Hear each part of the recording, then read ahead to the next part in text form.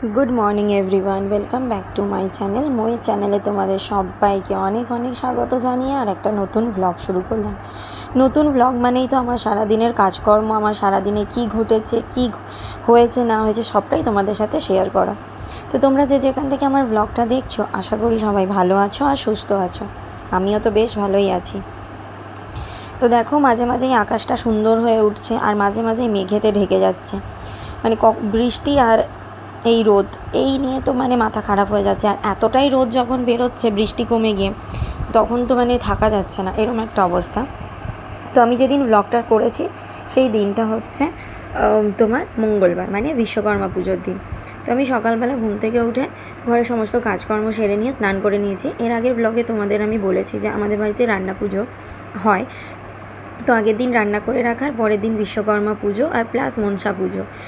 তো স্নান টান সেরে নিয়ে কাজকর্মগুলো আগেই সেরে নিয়েছি, বাসি ঘরের যে সমস্ত বাসি কাজগুলো থাকে, কেন কি পুজো আছে। তো পুজোর দিন বাসি কাজটা তো আগে সেরে ফেলতেই হবে। এখানে দেখো বাউন ঠাকুর এসেছে মনসা পুজো করার জন্য।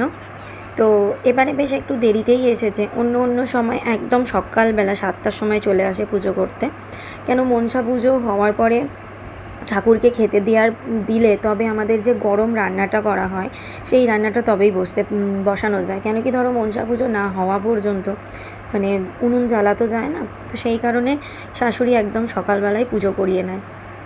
বেশি দেরি হলে রান্না করতেও আবার প্রবলেম হবে, লোকজন অনেক থাকে। তো এখানে পুরোহিত মশাই পুজো করে নিচ্ছে, ইনি আমাদের পুরোহিত, ইনি আমাদের পুজো করেন সমস্ত কিছু। আর এইখানে দেখো, তোমাদের আগের দিন বললাম না উনান পুজো হবে। তো এখানে কাশফুল আর শালুক ফুল দিয়ে সুন্দর করে সাজানো হয়েছে। শাশুড়ি মা খেতে দেবে, মাকে পুজো করবে। তো সব থেকে বড় সমস্যা হচ্ছে কি, এই দিনকে আমার মেয়ের পরীক্ষা আছে। তো সেই কারণে আমাকেই আনতে যেতে হচ্ছে, যেহেতু বিশ্বকর্মা পুজোর দিন সমস্ত গাড়ি টাড়ি বন্ধ, কেউ যাবে না আনতে।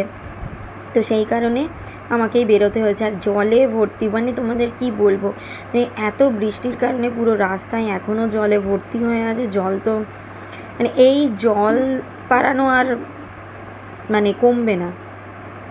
তো যাই হোক, রাস্তা দিয়ে যেতে যেতে দেখছি যে চারিদিকে বিশ্বকর্মা পুজো হচ্ছে, বিশ্বকর্মা ঠাকুর হচ্ছে। আর সবথেকে বড় ব্যাপার কী জানো, আজকের দিনে রাস্তায় বেরোনোটা অনেকটাই চাপ। প্রথমত গাড়ি টাড়ি অনেক কম থাকে। মেয়ের স্কুলে অনেকটাই কষ্ট করে পৌঁছে যাওয়ার পর ভীষণ ভীষণ জ্যাম। মানে স্কুলের এই রাস্তাটায় মানে সারাক্ষণ এত জ্যাম হয়। এখানে অনেক স্কুল আছে সামনাসামনি, তো প্রচণ্ড জ্যাম হয়। আর বাড়ি ফিরতে এত গরমের মধ্যে টোটো পাইনি, কিছু পাইনি। টোটো যেহেতু প্রবলেম রাস্তায়, সেই কারণে মিমি আর আমি দুজনে মিলে আইসক্রিম কিনে নিয়েছি। আইসক্রিম খাচ্ছি। তো চেয়েছিলাম অন্য একটা আইসক্রিম, তো পেয়েছি অরেঞ্জ, অন্য আইসক্রিমটা নেই। সেই কারণে আইসক্রিম কিনে নিয়ে যার হেঁটে হেঁটে যেতে হচ্ছে।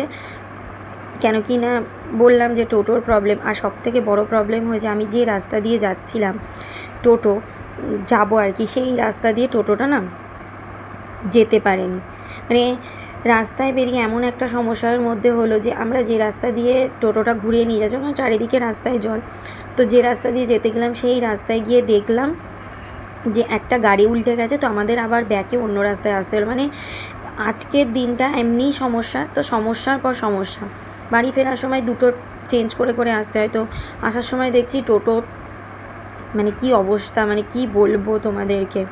বসেই আছি, টোটো পাচ্ছি না। এই যে আবার একটা অন্য রাস্তা দিয়ে যেতে গেলাম, সেই রাস্তা দিয়ে যেতে না পারে আবার ব্যাকে অন্য রাস্তা দিয়ে যেতে হলো। মানে কি বলবো, এই সমস্যার জন্য না আমার মানে স্কুলের গাড়ি যদি কোনো দিন বন্ধ থাকে আমার ভীষণ প্রবলেম হয়। বিশেষ করে এই বিশ্বকর্মা পুজোর দিনটা সবথেকে বড় সমস্যা। রাস্তাঘাট ভালো নয়, মানে সবাই মানে তুমি বুঝতেই পারছো যে এই দিনটা কীরকমভাবে সবাই থাকে। মানে এত বিরক্তিকর লাগে না ফিরতে, মানে এত কষ্ট হয়েছে বলার মতো না। তো যাই হোক, তোমাদের সাথে আমি আমার একটা ছোট্ট অভিজ্ঞতা শেয়ার করলাম। তো জানি হয়তো তোমাদেরও রাস্তায় বেরোলে এই দিনটা এরকম সমস্যার মধ্যে দিয়ে যায়। তো ব্লগটা এখানেই শেষ করছি। আশা করি সবাই ভালো থাকবেন, সুস্থ থাকবেন।